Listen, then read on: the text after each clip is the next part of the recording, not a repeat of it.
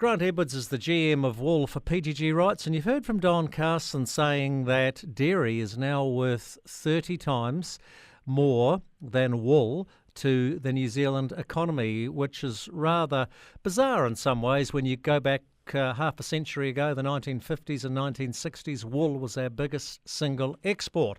Has the industry got a future? Let's ask this man, because he thinks it does, or else he wouldn't be wasting his time working in it.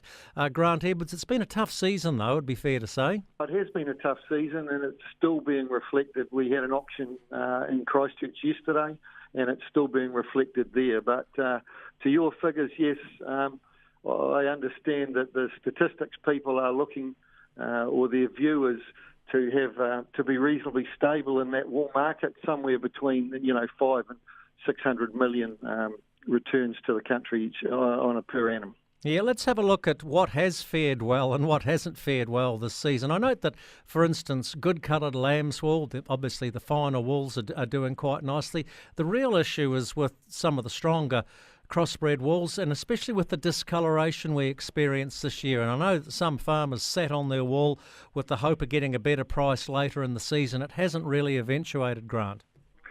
No, you're right there, Jamie. What we've seen in the market this season, and to your points, is those poorer coloured wools have been badly affected in the marketplace. There's a lot of them on the market. Some of them are coming out of, to your points, held wools, where growers have elected to hold their wool. Wool that's held in the bale, if it's been held and in its original state, if you like, was very good quality, it tends to hold that.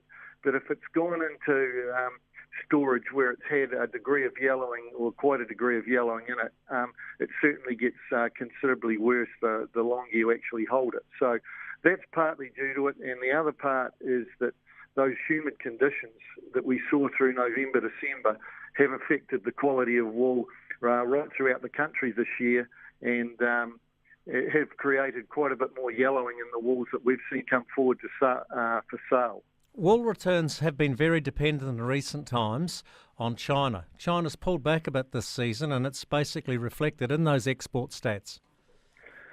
Yes, definitely, Jamie. World year to date, so that's across all our world markets year to date.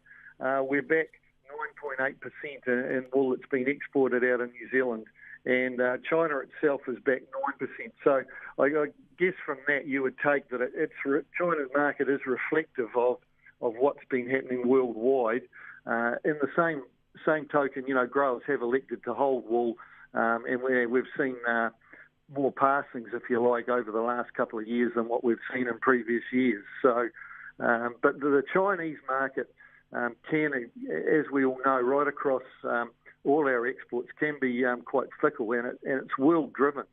And as we've talked about in the past, we've got the American factor, or the Trump factor, if you like, as some people would call it, in regard to tariffs that have just further tariffs that have just been imposed on China.